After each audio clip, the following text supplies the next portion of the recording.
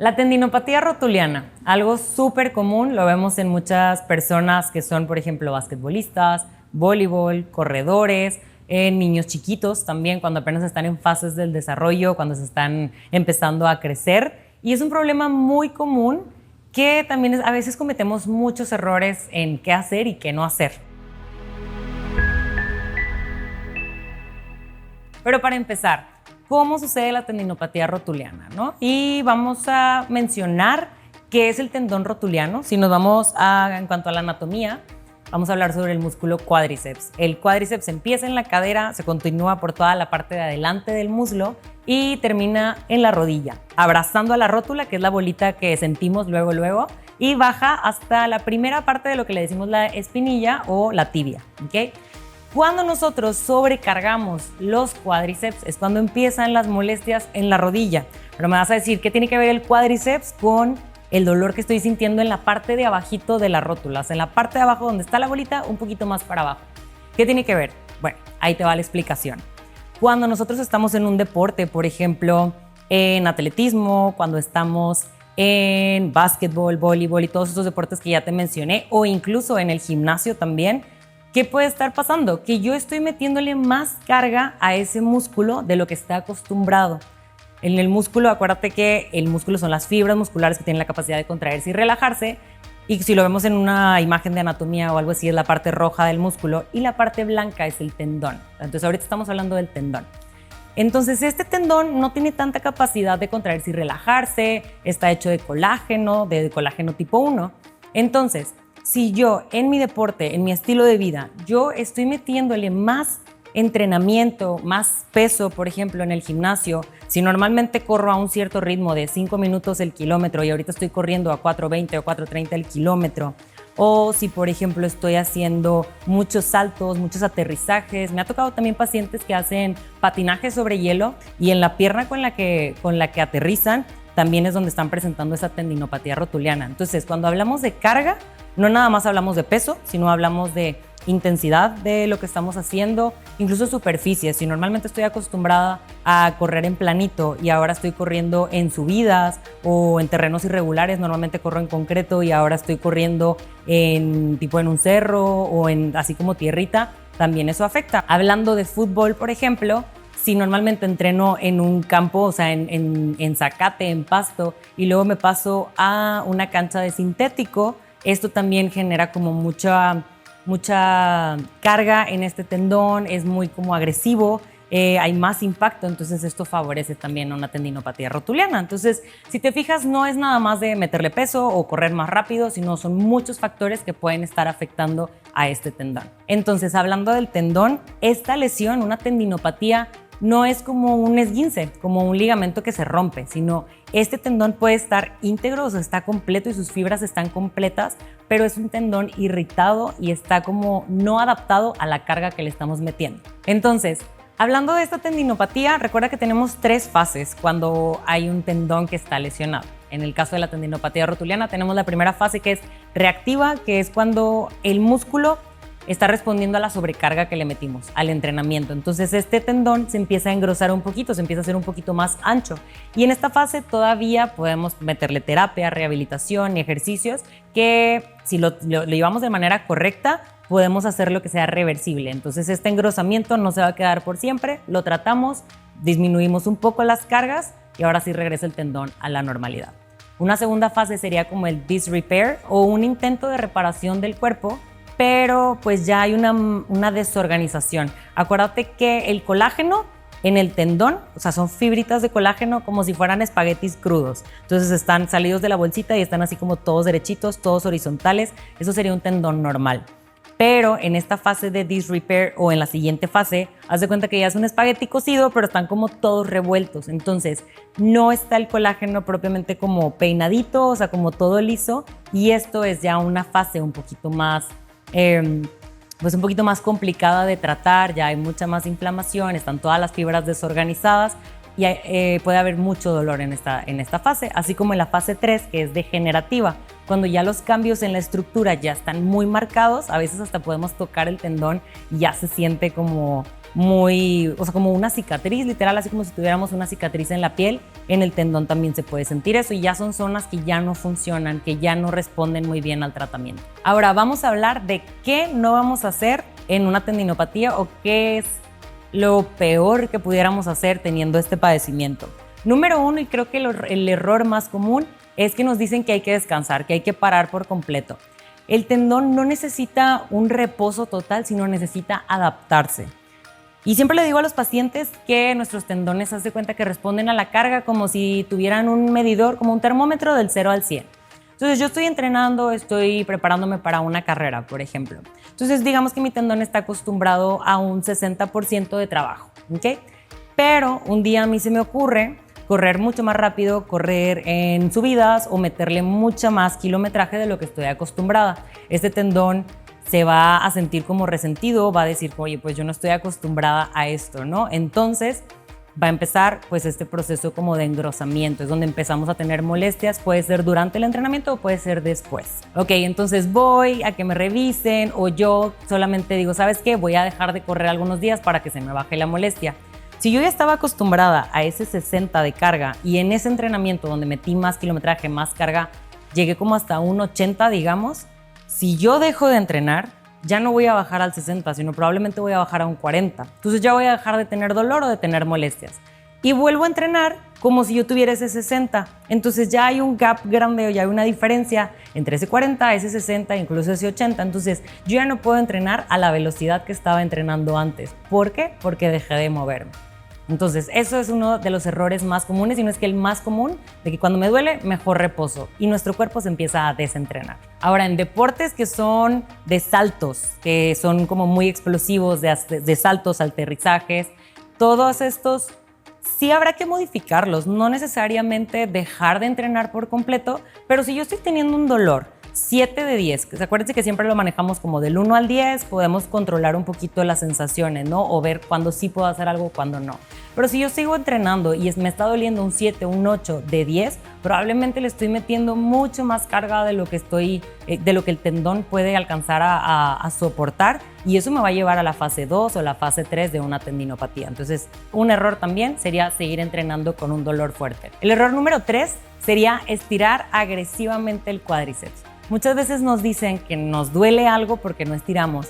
En ocasiones puede ser cierto, pero no todas las veces es ese el caso, ¿no? Entonces, si a mí me está doliendo la rodilla y yo me pongo a estirar el cuádriceps, haz de cuenta que estoy como jalando de más un ancla. Digamos que el tendón es como un ancla del músculo. Entonces, si yo me pongo a estirarlo, ¿qué va a pasar? Son fibras que ya están irritadas, que ya están lastimadas y todavía le estoy estirando de más, probablemente se puedan romper y generar más daño de lo que ya tenía. Entonces, tendríamos que ver en qué fase estamos, cuando sí puedo estirar y cuándo no. Un error muy común también es que donde sentimos el dolor queremos dar un masaje. Estamos hablando aquí de que este es un tendón. Entonces el tendón, como les decía ahorita, no es como tan blando o tan flexible o sea, con esta capacidad de contraerse y relajarse como lo es un músculo. Entonces el músculo sí hay técnicas manuales para poder liberar esta tensión, pero en un tendón es una estructura un poquito más fibrosa, un poquito más gruesa, y generar ahí, o sea, como un masaje o raspar o así,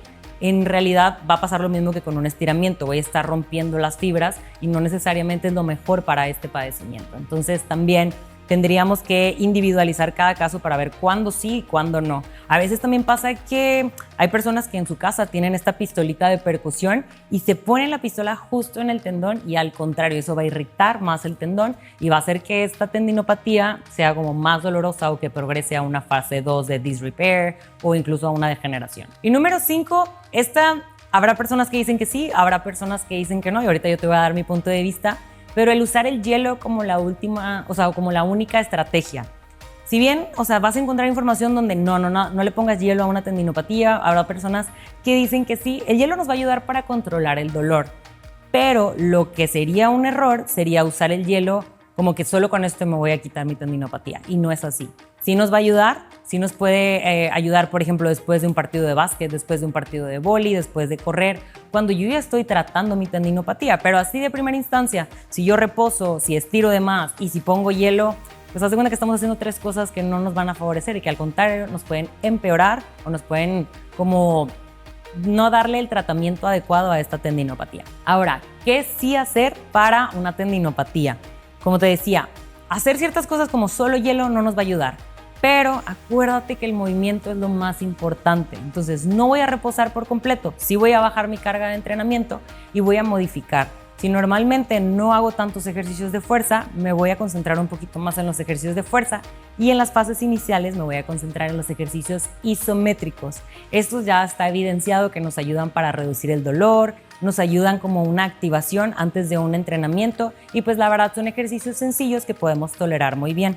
En otro video vas a ver algunos ejercicios que vamos a utilizar en fases iniciales para una tendinopatía reactiva y ya después, cuando ya estamos tolerando el dolor, los podemos mantener como unos ejercicios de calentamiento previo a una actividad. Si voy a tener un partido, si voy a entrenar, si voy a correr o incluso si estoy en el gimnasio, estos ejercicios, hacerlos unas 3-4 veces a la semana o antes de cada actividad, la verdad es que me van a ayudar bastante para activar el músculo, avisarle al músculo que lo voy a estar utilizando y así el músculo ya está preparado para la carga que va a recibir. Número 2, para regresar a este deporte que estoy haciendo para, digamos, no estar con este periodo de descanso total, vamos a progresar las cargas y adaptarlas a lo que estamos tolerando, ¿ok? Entonces aquí es donde empezamos a trabajar con los ejercicios, pasamos de los isométricos, pasamos a hacer algo más excéntricos, concéntricos, trabajamos un poquito más con las cargas que estamos haciendo de entrenamiento, pero limitando.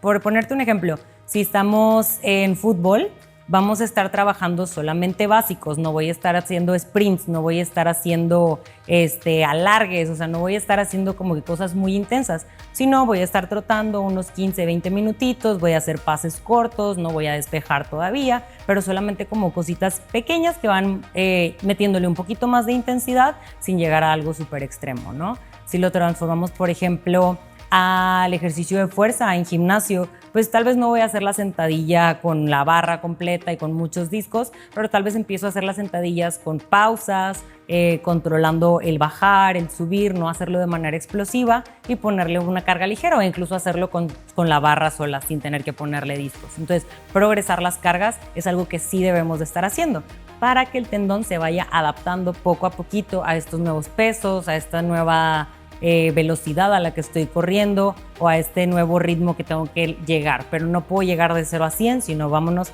poco a poquito adaptando este tendón para que vaya soportando la carga. Número 3, sería importante controlar el volumen. Si vamos a controlar la carga, o sea, pesos, ritmos y todo, controlar el volumen sería, por ejemplo, cuánto tiempo estoy jugando en un partido o cuánto tiempo voy a correr o qué tan intenso lo estoy haciendo, ¿no? Principalmente hablar de tiempos, qué tanta distancia, cuántos minutos y también darle un periodo de recuperación considerable, porque puedo hacer un esfuerzo, puedo hacer un sprint, pero tal vez algunos 5 segunditos y dejarlo de reposar para que no se vaya a cargar todo este tendón, ¿no? Sino controlarlo un poquito más y eventualmente, conforme van pasando las semanas, empezar a meterle un poquito más de volumen, un poquito más de minutos, hasta, por ejemplo, si estamos hablando del básquet, pues bueno, poder completar todo un cuarto en vez de estarlo como pausando cada cierto tiempo o tener que entrar y salir de la cancha, etc.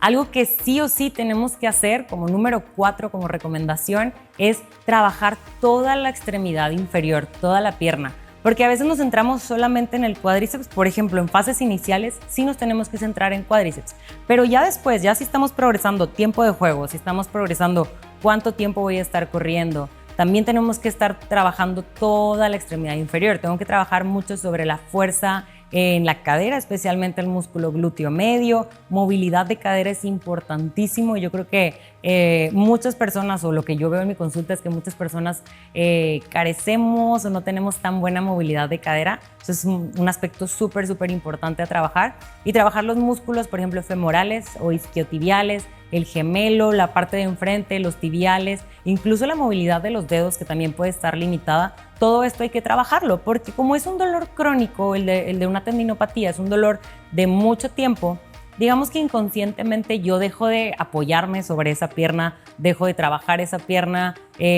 inconscientemente, si voy corriendo, dejo de meterle tanto apoyo a esa pierna. Entonces es importante, con el ejercicio de fuerza, seguir estimulando todos los demás músculos que tal vez se quedaron como como sin tanto trabajo, sin tanto estímulo, por estarse protegiendo y por querer proteger esta rodilla. Y ya por último, lo que les mencionaba antes es aceptar que cuando estoy en este proceso de readaptación de un tendón, voy a estar presentando dolor, pero qué tanto es lo que me va a dar la pauta de cuándo debo progresar o cuándo me debo de regresar. Entonces lo vamos a manejar del 1 al 10. Si estando haciendo el ejercicio me está doliendo de un 1 a un 3, es un ejercicio seguro que no hay ningún problema, que lo puedo seguir haciendo. Si traigo como un dolor 4 o 5, es algo tolerable. Si no está empeorando para el día siguiente, o sea, si al día siguiente me levanto y traigo mucho dolor, probablemente me excedí un día antes, entonces me tengo que ir un poquito más para atrás.